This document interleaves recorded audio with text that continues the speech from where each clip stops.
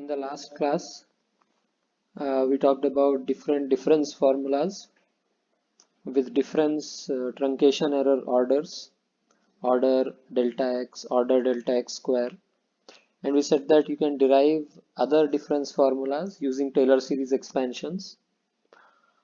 So let us just rewrite the formula for dou 2u by dou x square, which we wrote as ui plus 1j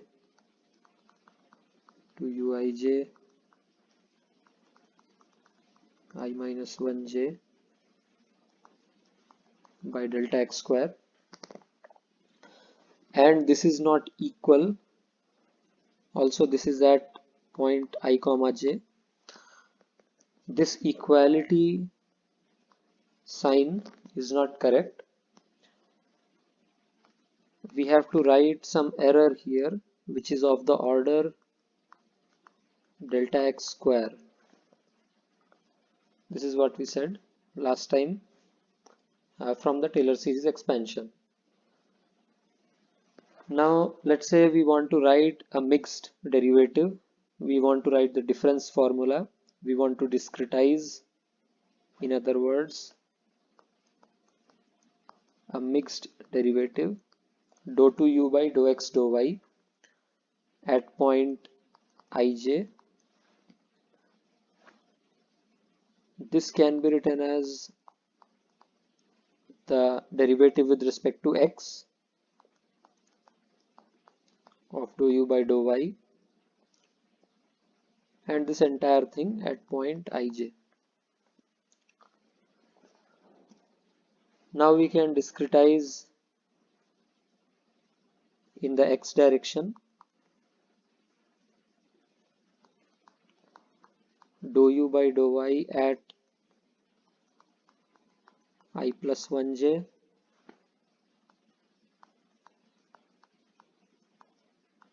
I minus 1j by 2 delta x. We have discretized this using a central difference formula. We have chosen point I plus 1 and I minus 1. So the order of error will be order delta x square. Now we can expand each of these. We can discretize dou u by dou y at I plus 1 and at I minus 1.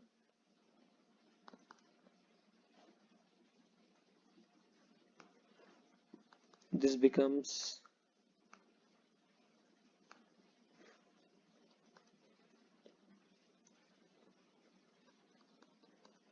I plus 1 j plus 1, again using central difference formula.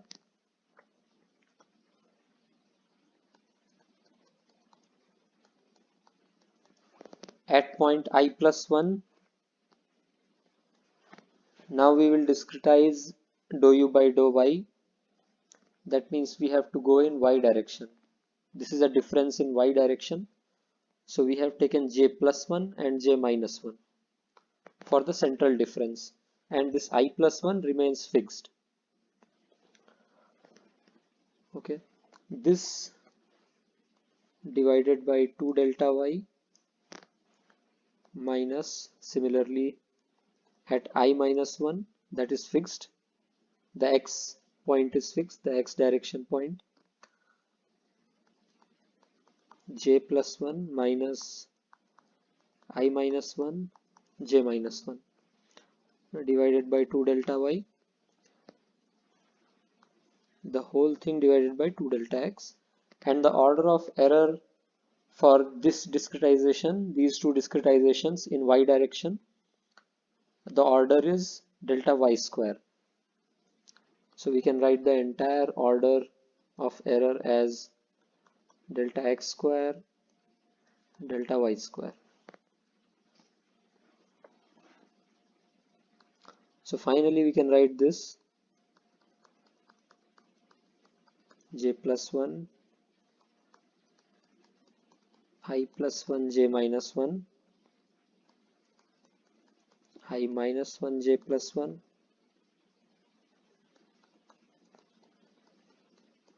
j minus 1 by 4 delta x delta y.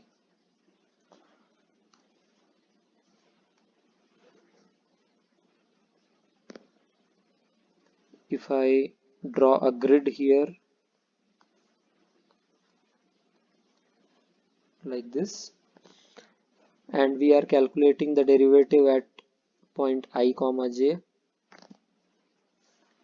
here we have used I plus 1 j plus 1, which is this point, I plus 1 j, sorry, this is not I plus 1 j plus 1, this is I plus 1 j. This point is I plus 1 j plus 1. Then we have I plus 1 j minus 1.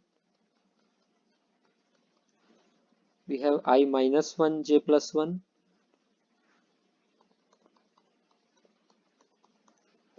And we have I minus 1 j minus 1. So you can see that we are using these diagonal neighbors to calculate the derivative at point ij. Here we have assumed that the grid spacing in x direction is fixed, delta x, and the grid spacing in y direction is also fixed, which is delta y.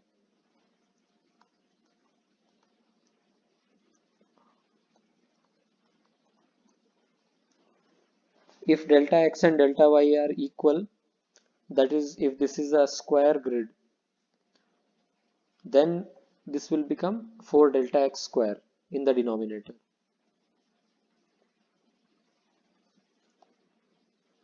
Okay, so now going ahead, by now you know how to discretize each and every term in any differential equation, because now you know how to discretize first derivatives, dou u by dou x, dou u by dou y. You know how to discretize second derivative, dou 2u by dou x square, dou 2u by dou y square, dou 2u by dou x dou y. In the Navier-Stokes equations, we have seen that only first and second order derivatives come into picture. We don't have any third order derivative. Even if there was, you can derive a difference formula similar to this for a third order derivative as well. Now you know how to do that. So I'll give an example. If you have dou 3u by dou x cube, you can write this as dou x of dou 2u by dou x square. And you know how to discretize dou 2u by dou x square. You know how to discretize dou by dou x. So you will write dou 2u by dou x square at I plus 1 j minus dou 2u by dou x square at I minus 1 j by 2 delta x, and then you can discretize dou 2u by dou x square and dou 2u by dou x square at both the points. So like that you can derive a discretization for any of these derivatives. So now we have got this knowledge how to discretize these derivatives. Now how do we solve the discretized equation? Let's say you substitute these difference formulas in an equation, in a governing equation for some problem, some partial differential equation.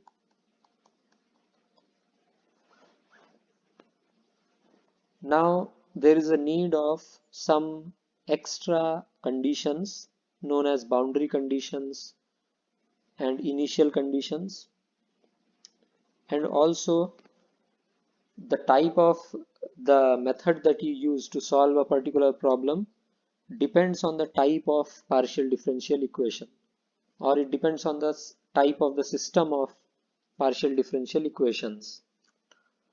So if I write the Navier-Stokes equations here in 2 dimensions,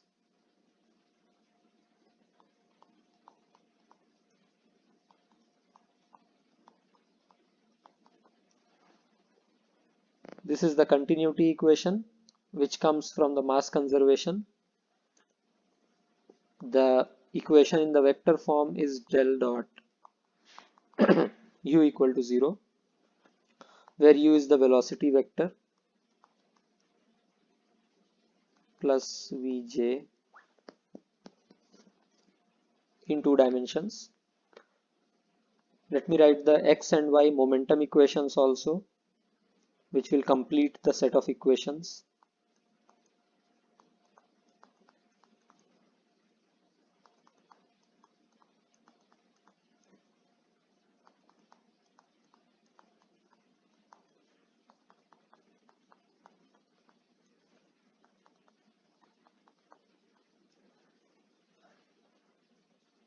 Okay, where this del square is the Laplacian operator.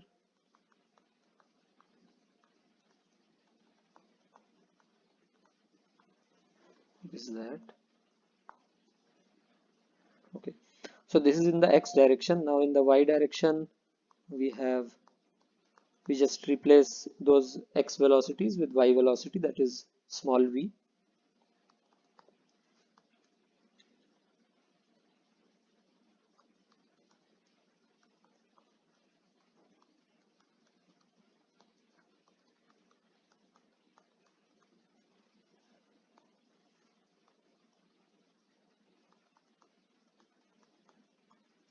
Okay. Now we have this system of equations. There are 3 unknowns here: velocities in x, y directions, and pressure. We are assuming that density and viscosity are fixed for a particular fluid. This is an isothermal problem. We are not solving for temperature here. There is no heat transfer involved. So density, viscosity are not changing with temperature. Also, they are fixed right now. Also x, y, and t, they are the independent variables which we can vary. For example, we'll have some domain where we want to solve this problem. There will be some x, y, and up to certain time we want to solve this problem, so that is the time dimension there. So these are the unknowns which are independent of the problem, and u, v, and p depend on these variables. So we have 3 unknowns, dependent unknowns u, v, p, and there are 3 equations: continuity, x momentum, and y momentum. And we can solve these equations, but we need some additional things. We need some boundary conditions for velocity and pressure, and we need initial conditions also, because you can see that these are the derivatives. If you want to integrate velocity, then you will need some uh, initial condition. There will be some integration constant that will come there. So you can imagine that there are some additional conditions needed. Now we can classify the system of partial differential equations into 3 major classes. So there are 2 ways of classifying. I'll first talk about the first way of classifying.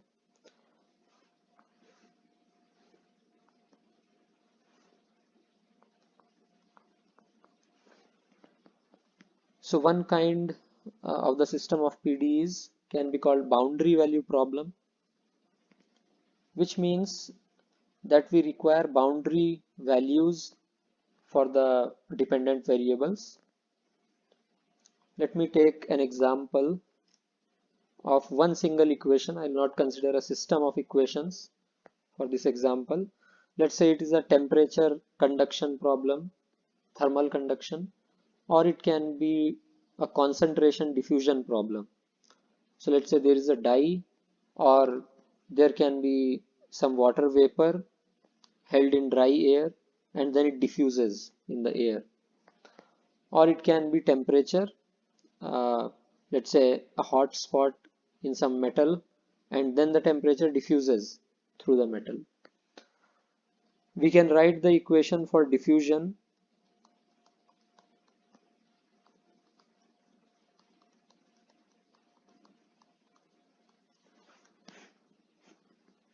as this. Alpha is the thermal diffusivity, which is same in x and y directions. We are assuming isotropic diffusion here.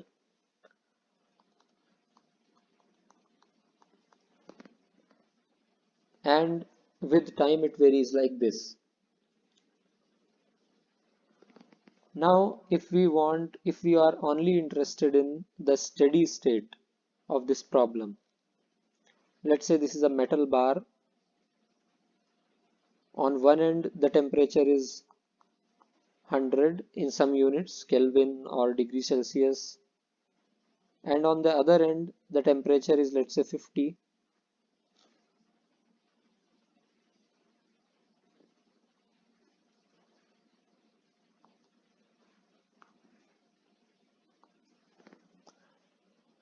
And there may be some initial condition. Let's say the entire rod is at 50 degrees. What will be the steady state solution? This is x, let's say,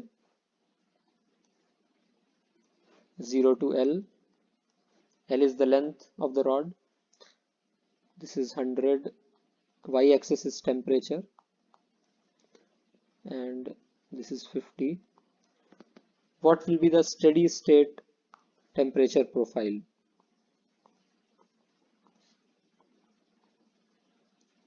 That is one end 50, and let's say the boundary conditions are also the same.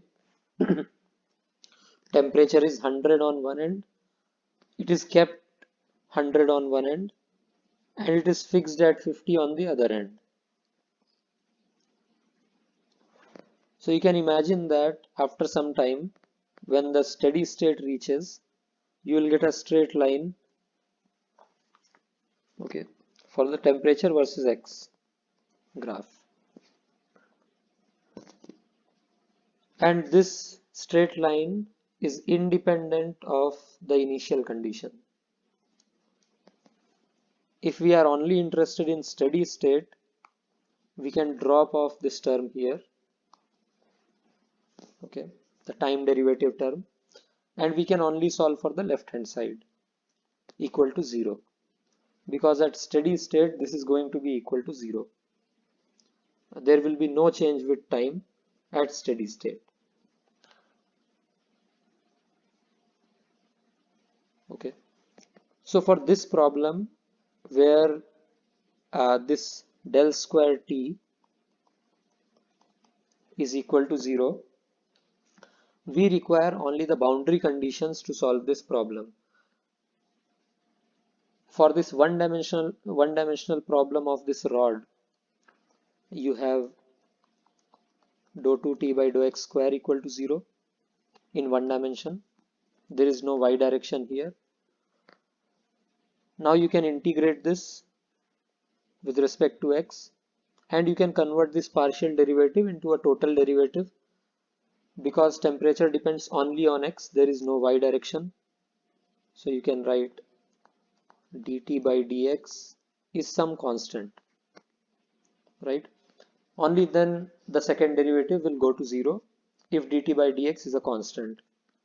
And then from here you can say that temperature is Cx plus some B. Now you have two constants C and B. How do you find them? From the boundary conditions. So at x equal to 0, temperature is 100. You put that here first. Then at x equal to L, temperature is 50. And from there you get the two constants B and C. So you require boundary values for temperature. There is no requirement of any initial condition, because initial implies that you have some time term involved. But in this problem, there is no time term involved. So these kinds of problems are known as boundary value problems. Now the second class of problems relevant to us are initial boundary value problems. So similar to BVP, but there is an addition here, initial and boundary value problem. So if you consider the entire equation, if you want to know how the temperature evolves with time, then you have to consider this time derivative term.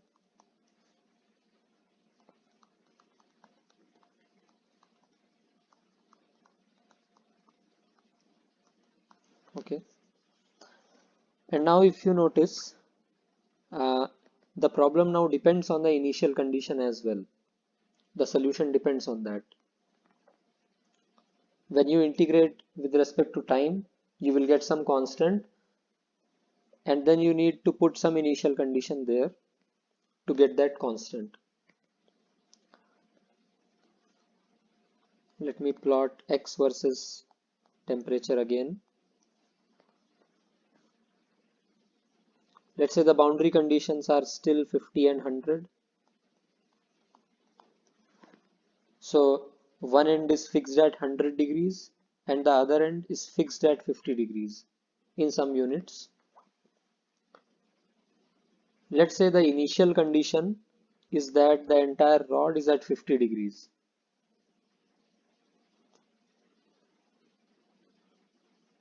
This is the initial temperature profile, and one end is suddenly kept at 100 degrees. So the boundary conditions are fixed now, 100 and 50.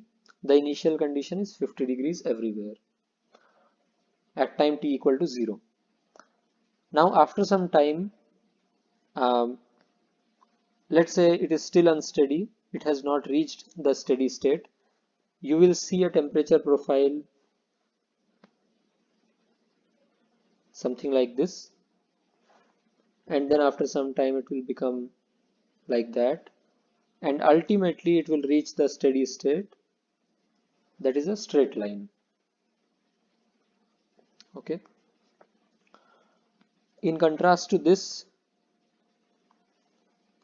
let us take some other steady state, some other initial condition with the same boundary conditions 50 and 100. Let's say the entire rod is kept at 100 degrees.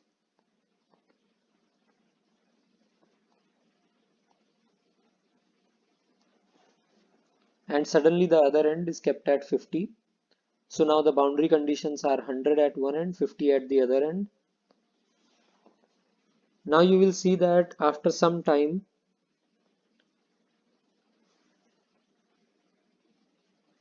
so here you have to say that there is a discontinuity at the other end. That end is at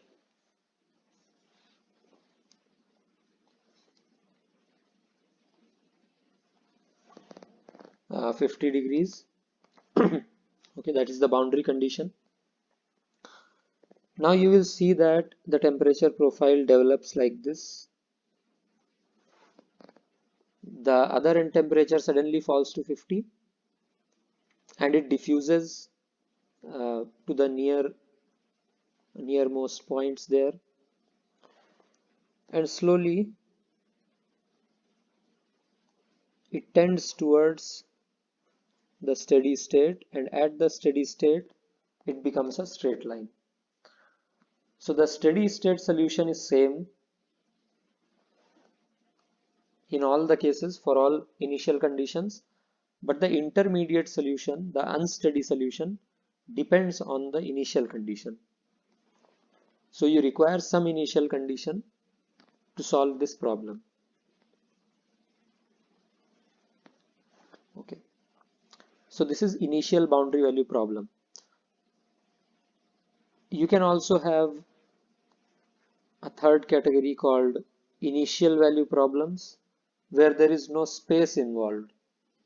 Till now there is some space involved for the problems that we have discussed. This x is the space dimension. But you can have a problem where only time is there, right? Something evolves, some parameter evolves with time. There is no space at a particular point, let's say. But in CFD, all the problems will have some space dimension. The fluid occupies some space. We are not talking about fluid at a point for which the temperature evolves with time. So IVP will mostly not come into, like we'll not discuss it that much in this course. So let us leave that.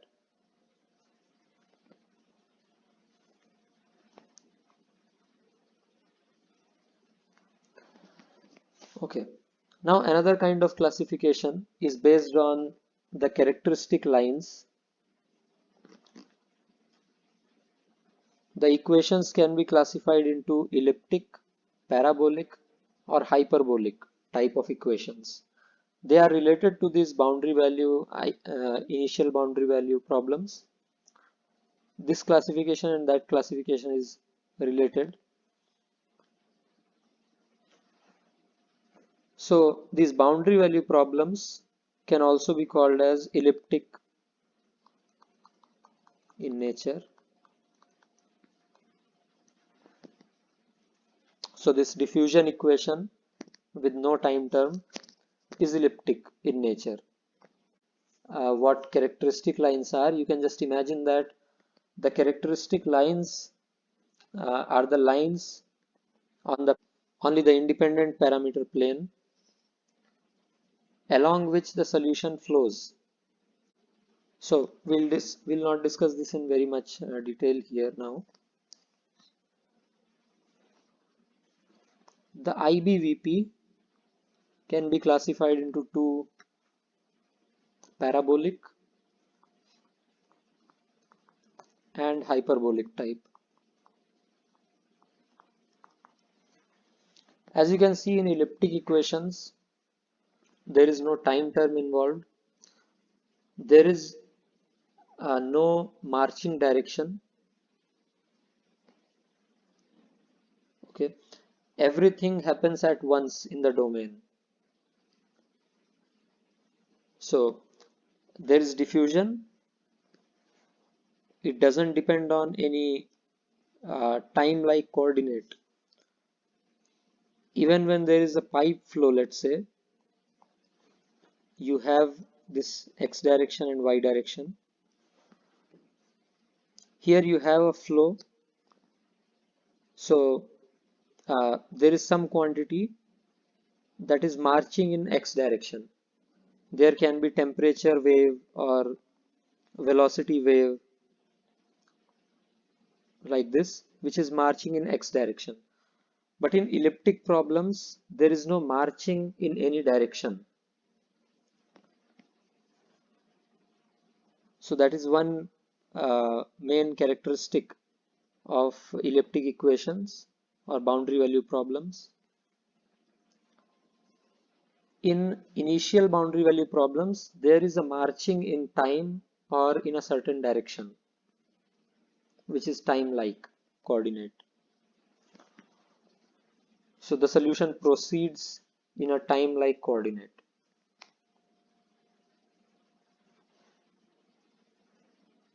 It depends on the previous time. So the solution at the present time will depend on the history, what happened before that.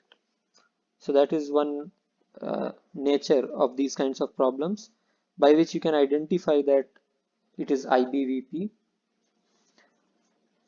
In parabolic problems, there is always some diffusion involved.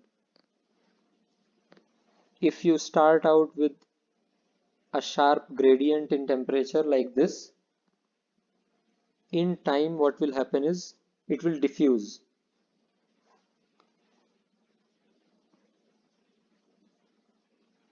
Like this, and it may move forward also in time. But in hyperbolic problems, there is no diffusion.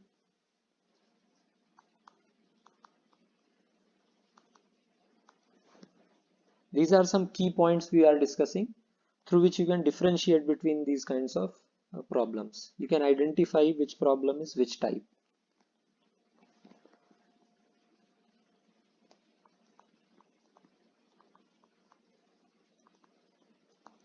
So the problem that we discussed here, the thermal diffusion, the unsteady thermal diffusion, this one, this is parabolic in nature. A hyperbolic equation, if we have to take an example, we can say that a wave equation is hyperbolic in nature. Okay, let me write the wave equation here.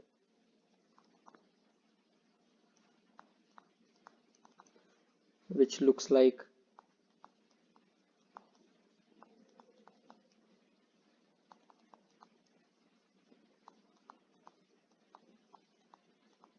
so there is no diffusion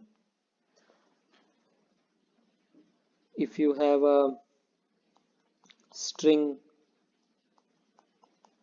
tied at both ends or at one end, it doesn't matter, and you give some initial pull to the string.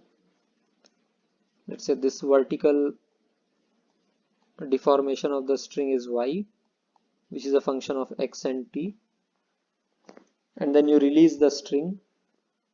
The entire string will vibrate, okay, and the vibrations will never die out if this is the governing equation. In reality, there is some damping, there is some diffusion, of course, but this is a relatively accurate model where there is no diffusion. Okay, so this kind of equation is hyperbolic in nature, where there is no diffusion. Now there are some other implications of this parabolic, hyperbolic, and elliptic uh, nature of equations. Let us look at the domain of dependence, that is, if you want a solution at a particular time, what all factors or uh, yeah, what factors govern that solution.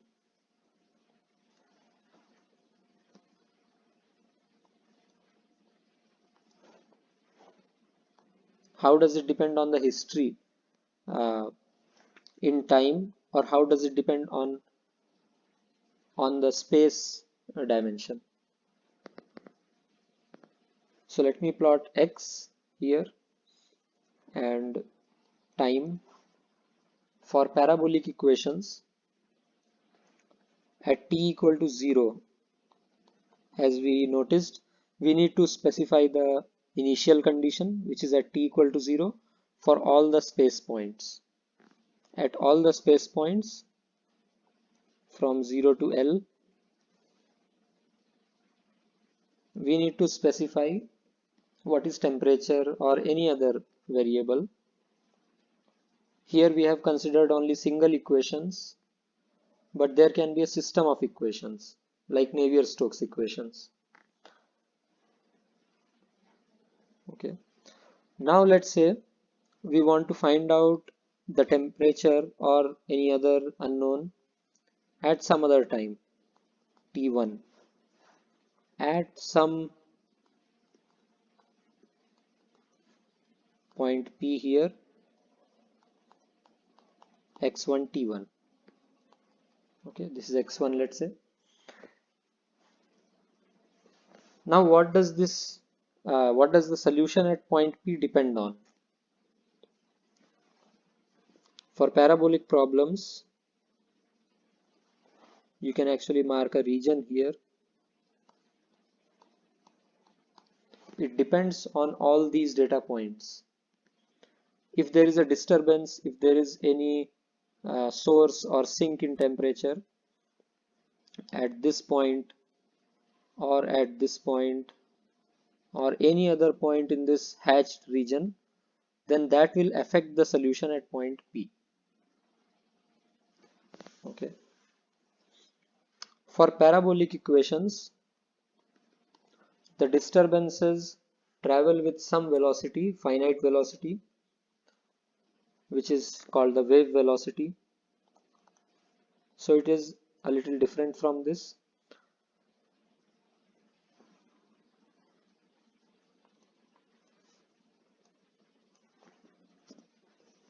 Let's say you want the solution at certain point P here at x1 t1.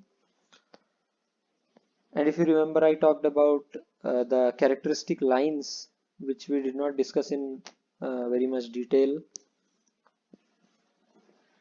These are the lines on this plane, xt plane, passing through this point P here, through which the solution flows. Okay, that was not a very good definition, but some intuitive uh, way of seeing it. So this is C1, let's say, characteristic line 1, and this is characteristic line 2.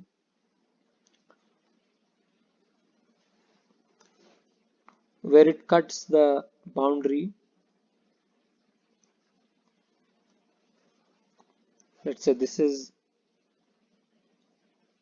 L1 and this is L2 at time t equal to 0. For a hyperbolic equation, the domain of dependence for the solution at point P is this hatched region. So if there was a disturbance created, if there was some source or sink in the dependent variable, that is temperature or concentration or velocity, beyond this triangle here or here, that will not affect the solution at point P. So this also says that you don't need the initial condition for the entire domain from 0 to L.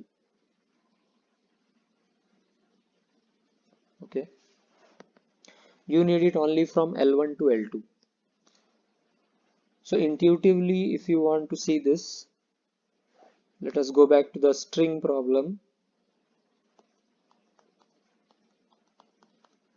You have a string which is plugged at a particular point. Okay, you release it from that point, and the waves start to travel. The waves start to travel on the string from this point. But you will notice, you can do the experiments at your home. You will notice that initially these regions of the string are not affected when you release the string here for some time, initially for some time. They are not at all disturbed because the waves travel at a finite speed, and until that disturbance reaches there, okay, these parts are not affected at all. So if you want the solution, the wave height, after a certain time, uh, let's say the wave velocity is such that is so small, such that up to that point of time it has not reached this point in the string, then you don't need the initial condition beyond these points, right? You just need the initial condition for this part. What was the string shape? Only limited in this domain. You don't need it beyond this domain because that part doesn't affect it. The wave has not reached there yet. The effect of the initial condition has not reached there yet.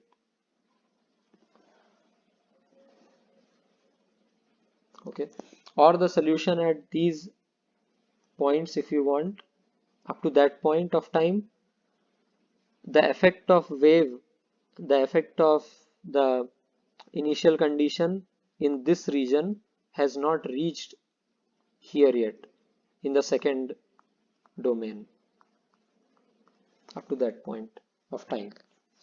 So you can see that it depends on the wave velocity. What initial conditions you need depends on the wave velocity for a wave equation, where there is a fixed wave, there is a finite wave velocity. For the elliptic equations, there is no time dimension. Let us consider two space dimensions here, x and y. Let's say it is a plate on which on the boundaries you are given the temperatures, let's say in this case 100, 50, 100, 0, something like that, and you want the steady state solution to this problem. Let's say you want the solution at this point P, x1, y1. The solution at this point P will depend on each and every point in this domain.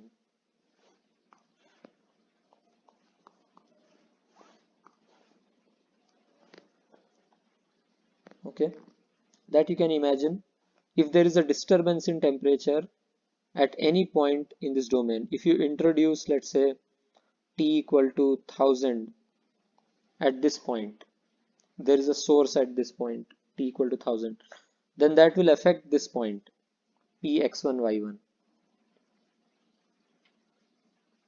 Okay, so everywhere in the domain, all the points in the domain affect all the other points in the domain. It is not like a marching problem, like a parabolic or a hyperbolic equation, where the solution at the current time depends only on the previous times. Right? This is a space coordinate and everywhere depends on everywhere.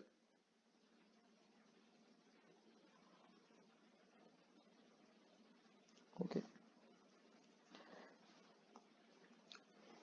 So while solving these equations, when you write a program for solving these equations, you have to keep in your mind that for elliptic equations, all the points should be updated when any one point is affected.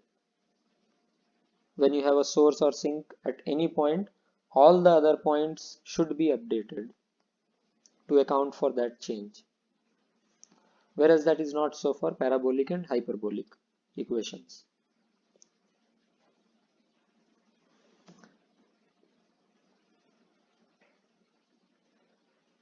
Okay, we'll stop here. In the next class, we'll discretize some equations and see how to write a code for solving those equations. Thank you.